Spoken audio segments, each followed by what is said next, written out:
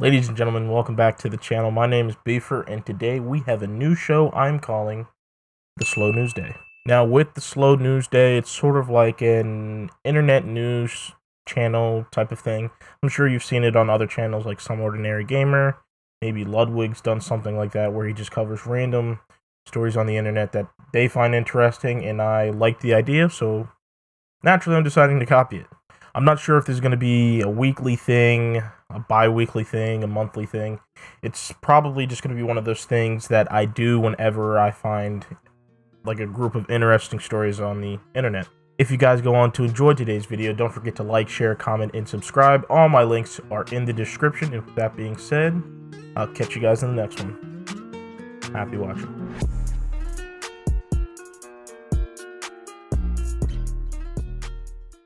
Alright guys, with the first story of today, I'm pretty sure you guys heard this last week, but the voice and movie actor Ray Liotta passed away at the age of 67. If you don't recognize his name, maybe you recognize his face. He was in the movie Goodfellas, where he played the role of Henry Hill, and he's more popularly known as Tommy Vercetti in the popular game Grand Theft Auto Vice City. In an article from Kotaku, it was reported that Liotta ended up passing away in his sleep in the Dominican Republic. There were reports that he was filming some movie down there that was supposed to release later this year, or maybe sometime early next year. I'm not too sure about that. This is definitely one of those unfortunate things. Obviously, when anybody passes away, it's not really a good thing. But in the case of Ray Liotta, obviously there's rumors going around as to the location of GTA 6, which is expected to release in the next couple of years. And maybe there was a chance he could have had some cameo role in the game. Maybe Tommy Vercetti, after all these years, could have come back to the game. I know that the 3D and HD universes don't actually get a lot of references or crossover, but maybe there was a chance there. Definitely unfortunate to hear about his passing. So to Mr. Liotta and his family, I want to say thank you for the countless memories you've given many people throughout your lifetime and our lifetime. Your legacy extends beyond the silver screen. You've managed to transcend the world of gaming even, and I hope your family reaches a level of peace to where they can come together and move on. Alright, with the next story, I want you guys to picture this. You're about 14, 15 years old. You guys actually might be 14 or 15 years old, but regardless, you're 14 or 15 years old. You just got off of school. You got a bag of chips, you got a can of soda right next to you, and you're waiting on MTV for the latest installment of Jersey Shore. Now think about that, hold on to that, and imagine you had a VR headset on and you're doing the exact same thing.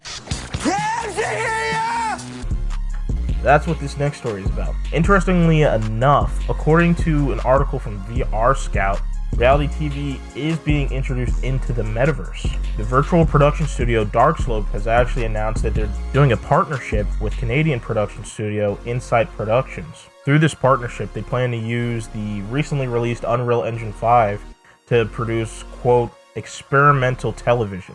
This isn't the first dive into virtual television, however. In 2017, a Norwegian game show by the creators of shows like American Idol and X Factor actually did a similar thing.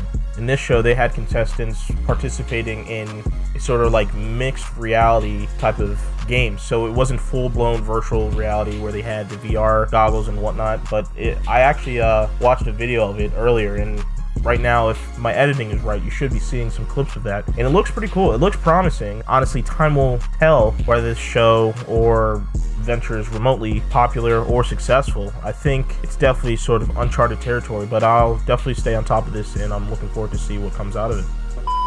With our third story, we venture into the world of Pokemon. We all know that Pokemon is owned by the gaming giant Nintendo, and they actually made a pretty uncharacteristic move back in February of this year. For those of you that don't know what they did, they actually provided public access, so that means anybody could download or see these things. They provided public access to the sound files, meaning the music and the individual sounds of the Pokemon Diamond and Pearl game.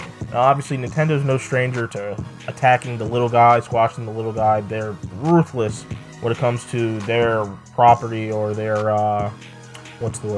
their IP.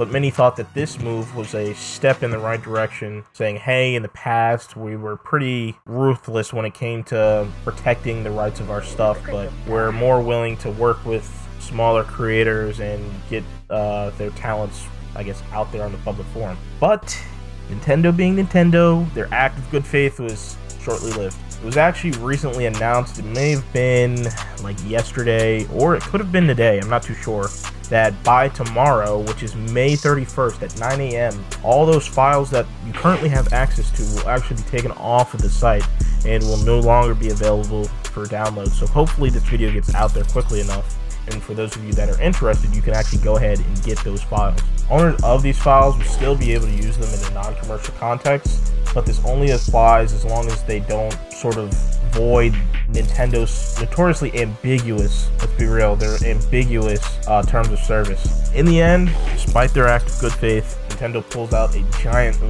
reverse card. For our final story of the day, we're taking a little bit of a dive into the rumor mill. I'm sure a lot of you have heard about this by now, but there are reports that Sony and Microsoft are releasing pro versions of their current gen consoles. Now that brings up a question. So let's just assume that these rumors are true, right? How is Sony and Microsoft expecting to release pro versions of consoles in the midst of a chip shortage, right? And obviously I can only speak from personal experience. I've been to Walmart, I've been to GameStop, I've been to Best Buy, I've been to Target, all those stores that should carry PlayStation 5s and Xboxes. I haven't even seen a box in person, let alone the actual console in person, so I have no idea how they expect this to actually work. But all hope is not lost. We have actually gotten some pretty decent memes. They're okay. We got some okay memes out of this. Honestly, I hope the rumors aren't true.